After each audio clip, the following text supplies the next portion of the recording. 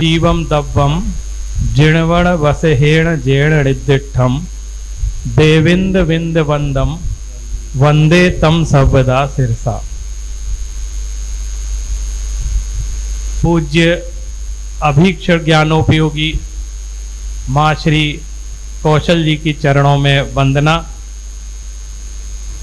यहाँ उपस्थित दूर दूर से पधारे हमारे सभी मनीषीगण, श्रावक एवं श्राविकाओं एवं विधानसभा में महावीर जयंती का कुशल संचालन करने वाले हम सभी के प्रिय आदरणीय जीवेंद्र जी, जिनके कुशल संचालन में कई वर्षों से विधानसभा जैसे स्थान पर महावीर जयंती का भव्य आयोजन होता रहा है।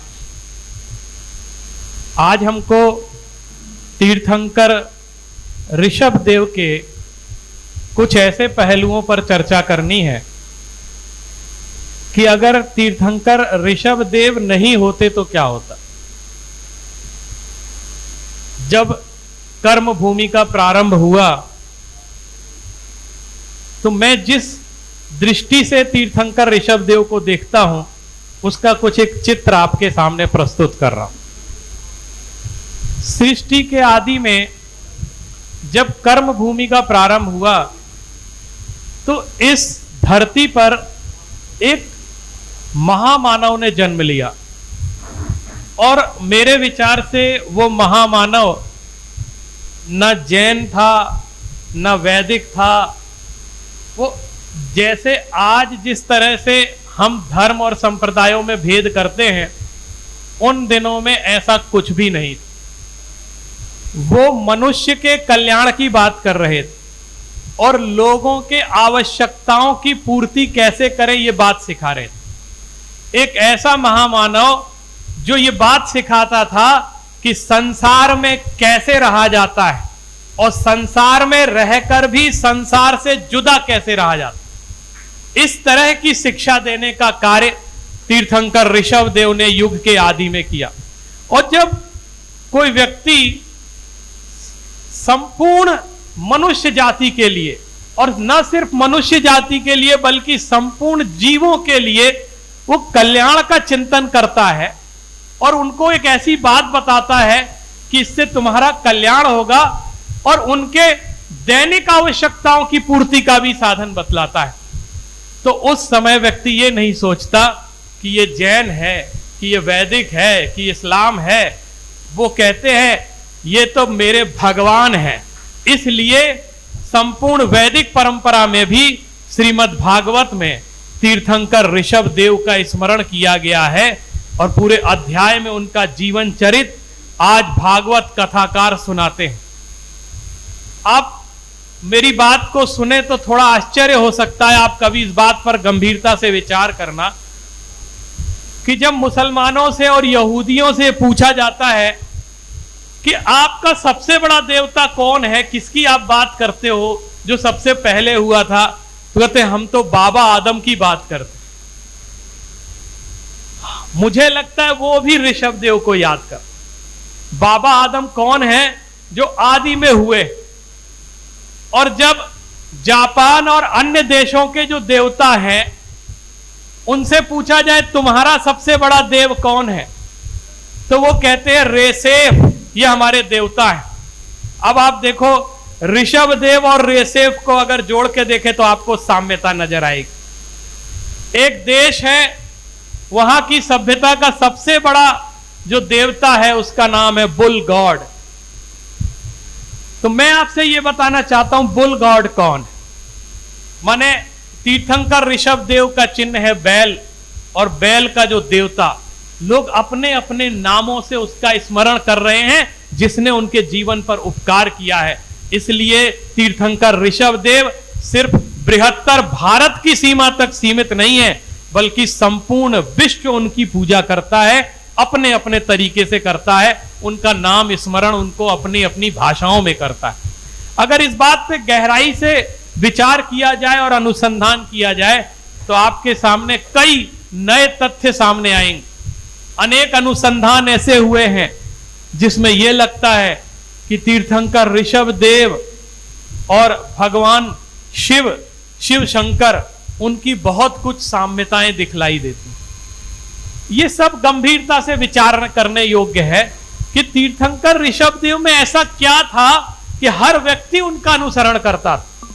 आप सभी ने कोरोना का काल देखा है, और कोरोना के काल में जब लोग बीमार पड़े थे और उनके घर पर कोई सहायता की सामग्री पहुंचाता था और उनके कल्याण के लिए उनकी सहायता करता था, तो लोग ये नहीं कहते थे तुम किस जाति के हो, किस धर्म के हो, वो कहते थे मेरे लिए तुम ही भगवान हो, क्योंकि तुम मेरा कल्याण करने आए हो। तीर्थंकर ऋषभ देव का व्यक्तित्व कुछ इसी तरह था। लोग खेती करना नहीं जानते, अन्न कहां से आएगा, उन्होंने खेती करना सिखा दिया। लोग लिखना पढ़ना नहीं जानते थे, उन्होंने अंक विद्या, लिपि विद्या का प्रवर्तन कर दिया। षट कर्म की शिक्षा सिखलाई।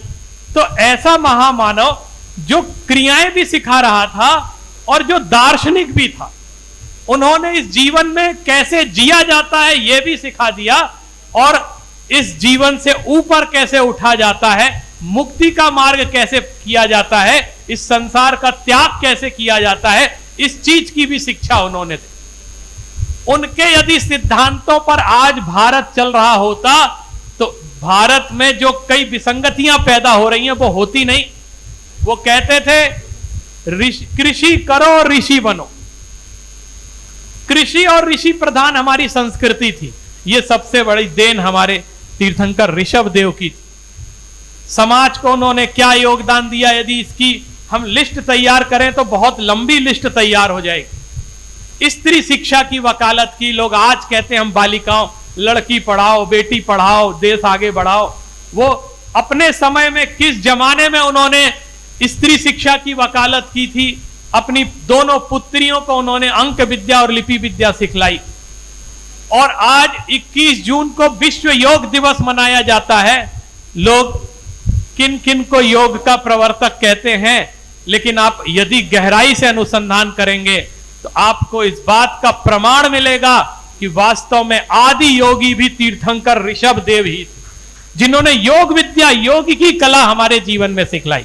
अनेक ऐसे उदाहरण, मैं सारी चीजें यहां पढ़ नहीं सकता, लेकिन श्रीमद् भागवत में नाना योगश्चर्या चरणे भगवान कैवल्यपति वृषभा, ऋषभ देव को अनेक प्रकार से योग विद्याएं धारण करते हैं ऐसा कहा। और भगवान ऋषभ देवो योगेश्वरा श्रीमद् भागवत में कहा। इस चीज की चर्चा कोई नहीं करता है। जब योग दिवस आता है तो कोई तीर्थंकर ऋषभ देव को याद नहीं करता है, जबकि आदि योगी एकमात्र तीर्थंकर ऋषभ देव ही थे जिन्होंने योग विद्या का प्रवर्तन किया था। तो मैं ये चाहता हूं, जैसा पूज्य माता श्री चाहती हैं कि हम उन चीजों को हाईलाइट करें। जब योग दिवस आए तो हम इस बात का शोर मचाएं पूरे देश में कि आदि योगी ऋषभ देव थे और उन्होंने योग विद्या हमको सिखलाई थी। तब विश्व हमारी बात सुनेगा, क्योंकि विश्व इस समय योग की बात सुन रहा है। और आदि योगी कौन? एक द योगा करके आप यूट्यूब पे फिल्म देखिएगा, बहुत अच्छी फिल्म एक कोठारी करके उन्होंने बनाई, और उन्होंने पूरी रिसर्च करके ये बात बताई है कि तीर्थंकर ऋषभ देव और जैन योग ही मुख्य धारा का योग रहा है।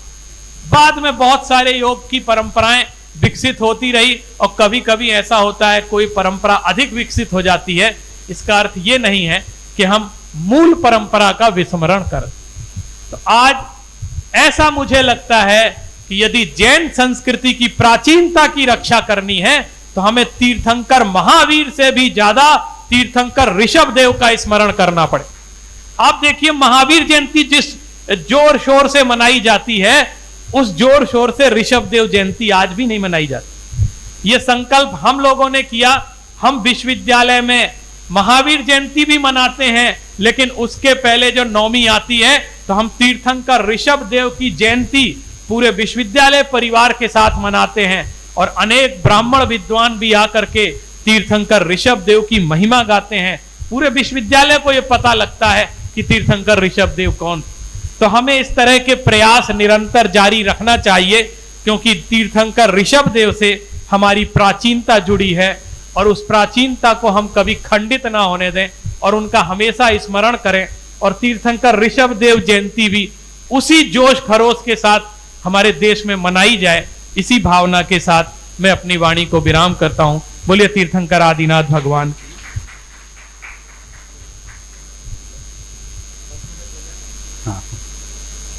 डॉक्टर अनेकांत जी,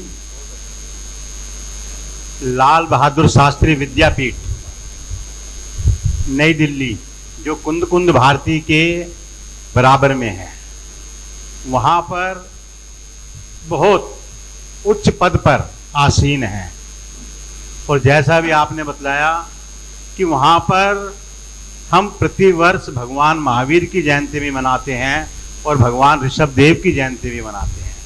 हमें बहुत खुशी है कि उस विद्यापीठ में डॉक्टर अनेकांत जी, डॉक्टर वीर सागर जी, डॉक्टर सुदीप जी, जो वहाँ उच्च पदों पर आसीन हैं। और जब तक आचार्य विद्यानंद जी मौजूद रहे कुंद कुंद भारती में,